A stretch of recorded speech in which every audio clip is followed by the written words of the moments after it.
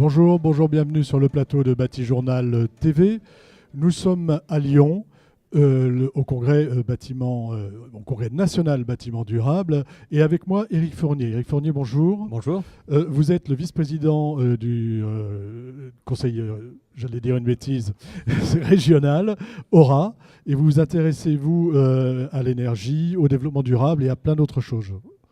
Oui, effectivement, la région est chef de file depuis quelques années sur la thématique climat, air, énergie, ce qui fait que ce congrès national du bâtiment durable est au centre de nos préoccupations. On sait qu'il faudra être beaucoup plus économe en énergie demain dans les différents secteurs, le bâtiment, naturellement, les transports, l'industrie. Mais le bâtiment est un secteur qui consomme énormément d'énergie et sur lesquels on n'a pas encore tout à fait le lien entre la qualité de l'ingénierie et de l'innovation existante, et ce salon en est la démonstration, et la massification au niveau des productions ou des rénovations de logements. Voilà, la nécessaire massification, on y reviendra éventuellement, mais le thème de cet événement, c'est l'innovation, ça pulse. Qu'est-ce que ça vous évoque si on parle du secteur du bâtiment et plus largement des secteurs qui vous intéressent, vous, en tant que vice-président? Si l'on parle du bâtiment, l'innovation, elle est au rendez-vous. On sait qu'on a en région des entreprises, des ingénieurs, des corps de métier qui sont particulièrement maintenant en phase avec tout ce qui se fait de mieux en matière d'innovation et de technologie. J'étais récemment à Grenoble, on a fait la pose de la première pierre d'un démonstrateur qui comptera 62 logements, ça sera fait dans 2 ans, et ces 62 logements seront autonomes à 70% en énergie et en eau. 70% en énergie et en eau, c'est-à-dire que ce sera de l'auto-production et de l'autoconsommation sur ce bâtiment à hauteur de 70%. Donc là, on a effectivement une démonstration que l'innovation existe. Une très grosse marge, finalement, de progression. Elle est énorme. Quand on sait que 70 à 80% des bâtiments qui sont vendus ou loués actuellement en région sont en classe, et les étiquettes énergétiques en dessous de la classe C, on voit que la marge de manœuvre et de progression, elle est énorme. Par contre, on doit aller très vite. Quand on voit le faible taux de pénétration qu'on a actuellement avec les politiques, par exemple, de rénovation qui sont portées par les collectivités et l'État, on est trop lent. On est trop lent, on ne va pas assez vite beaucoup pour trop répondre lent. aux enjeux. C'est-à-dire que quand on voit l'urgence effectivement climatique, l'urgence énergétique, on est beaucoup trop lent. Donc il faut que les collectivités, c'est le job de la région, c'est-à-dire nous on va investir là-dessus. C'est clair et c'est acté. Mais il faut aussi qu'on ait d'un côté les collectivités locales, les maîtres d'ouvrage qui aussi suivent cette innovation et acceptent ces données-là. Et il faut que sur la partie amont, l'État donne une lisibilité qui n'existe pas actuellement, notamment sur des mesures fiscales, sur des mesures d'incitation et sur des mesures justement qui sont pas les mêmes si on utilise justement les bons matériaux, si dès l'éco-construction on est adapté, si dès l'éco-conception on sait travailler sur ces sujets-là. Par exemple, des différentiels de TVA. Il faut valoriser l'éco-conception, il faut valoriser l'utilisation d'éco-matériaux et de matériaux issus de l'économie circulaire. Je crois, tout à fait. Je crois que la trajectoire, elle est atteignable, c'est-à-dire que l'innovation existe.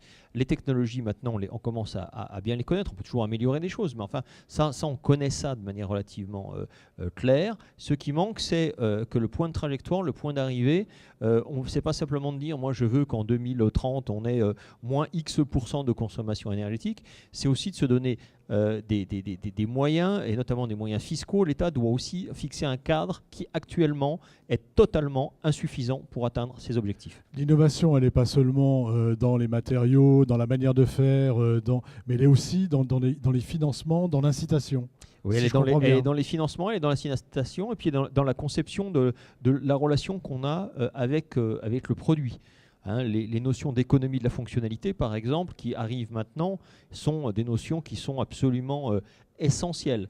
La notion de propriété personnelle du bien, de consommation et de durabilité, tout ça doit être rebattu. Et c'est ça qui nous permettra d'avancer. Je reviens sur la massification. Vous avez employé un mot tout à l'heure à propos du bâtiment de Grenoble. Vous avez dit démonstrateur et vous avez dit 2 ans. Et on sait qu'il y a urgence. Comment on passe du démonstrateur à la massification de la démonstration? Je crois qu'il y a deux niveaux. Il y a le niveau de l'excellence et de l'exceptionnel. Un démonstrateur où on est à 70% d'autonomie énergétique, on va pas, tous les bâtiments d'Auvergne-Rhône-Alpes ou du territoire national, malheureusement, ne seront pas faits dans les 2 ans ou dans les 5 ans. Donc ça n'empêche pas que sur les nouveaux projets, sur la construction, il faut faire en sorte qu'on soit en mesure peut-être pas d'inciter, mais d'obliger bientôt à être sur des normes de ce type-là. Et il faut qu'on arrive à trouver des systèmes effectivement fiscaux et incitatifs qui soient différents. Et puis il y a tout le travail sur la rénovation. Il y a des choses qui existent sur la rénovation, mais on n'est pas là non plus encore suffisamment performant. Et on a compris, il y a une étude de l'ADEME qui est sortie aujourd'hui, qui montre que chez le particulier, en tout cas, on n'y est pas encore. On ne rénove pas assez pour l'énergie. On ne rénove pas pour l'énergie, hein, on rénove pour son confort, mais on n'associe pas l'énergie avec. Comment on fait dans la région, par exemple? Bon, il y a des clusters, il y a des points info-énergie, des choses comme ça. Mais comment vous essayez d'aller plus loin? Alors nous, on essaye vraiment de s'appuyer sur les territoires. Hein. C'est-à-dire que ce n'est pas à Lyon ou à Clermont-Ferrand uniquement qu'on peut dire voilà comment vous allez faire dans le Cantal, en Haute-Savoie, dans l'Ain et dans la avec des régions très différentes, voilà, une grande diversité. C'est vraiment s'appuyer sur les territoires et notamment sur les intercommunalités, les EPCI, et puis les plateformes territoriales de rénovation qui sont également portées par ces territoires. On est à pas loin de 60% maintenant de la population régionale qui est couverte par ces plateformes. C'est déjà pas mal. Notre objectif, c'est de gagner rapidement, de passer rapidement à 80%. C'est donc des outils qui permettent de concentrer en fait toute l'intelligence des opérateurs, l'intelligence et les savoir-faire qui existent, et puis de dire voilà, tout ça est à votre disposition. Puis ensuite, effectivement, il faut qu'on anime un réseau territorial qui permet de dire voilà, là tout de suite vous pouvez bénéficier de tel type d'aide. Et moi je suis assez partisan des critères d'aide des collectivités avec un facteur d'éco-conditionnalité. Je pense qu'on n'a plus le choix. Il faut ajouter l'éco-conditionnalité à l'aide publique. À l'aide publique. Comment ça peut fonctionner? C'est simple. Hein. Vous avez besoin de subventions, vous avez besoin d'une aide, ok. Mais c'est à condition d'atteindre tel objectif sur le plan environnemental et sur le plan... Je crois qu'on ne peut pas... on ne peut plus faire l'économie de l'obligation, on va dire. Absolument. Hein, de l'obligation de résultat. Absolument. Enfin, ça, c'est un avis qui est personnel. Moi, je suis favorable à des critères d'éco-conditionnalité dans la mesure où on a des aides publiques accordées pour des projets de rénovation, d'infrastructures ou de construction neuve. Ça, c'est des choses que vous portez au sein de la région. Comment c'est reçu ? Vous savez, quand je crois que ce qui est en train de se passer avec une prise de conscience qui, au niveau planétaire, est en train de changer, on est en train de changer de braquet sur cette prise de conscience. Ça fait longtemps que certains d'entre nous sommes convaincus de cette urgence climatique, mais on a vraiment l'impression que là, on est en train de se rendre compte que c'est pas que la maison brûle, c'est que le premier étage il est déjà cramé, quoi. Donc si on veut garder un petit peu de capacité à rester cohérent, c'est tout de suite et c'est maintenant. Donc je crois qu'il y a une urgence à retravailler avec l'ensemble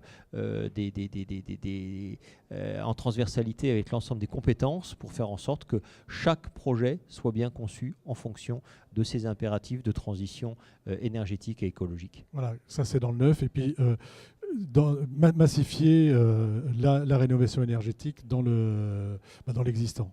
Alors ça, c'est aussi un gros travail qui est à faire avec les plateformes, donc là aussi avec les territoires.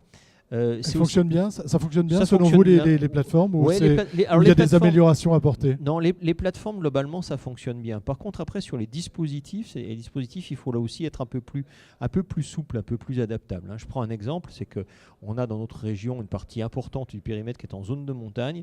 On ne rénove pas exactement de la même manière en zone de montagne et en zone de plaine. Et ça c'est d'une simplicité phénoménale, mais au niveau national, on n'est pas écouté. Ouais. Les critères, par exemple, de l'ANA, pour les programmes d'intérêt généraux qui sont portés, doivent considérer ce type de facteurs-là. Sinon, tout simplement, on consomme. Là, on en est à des stades où certains programmes d'intérêt généraux, donc de rénovation, ne consomment pas leur crédit, ce qui est effectivement absolument Ce qui est absurde en fait. Hein.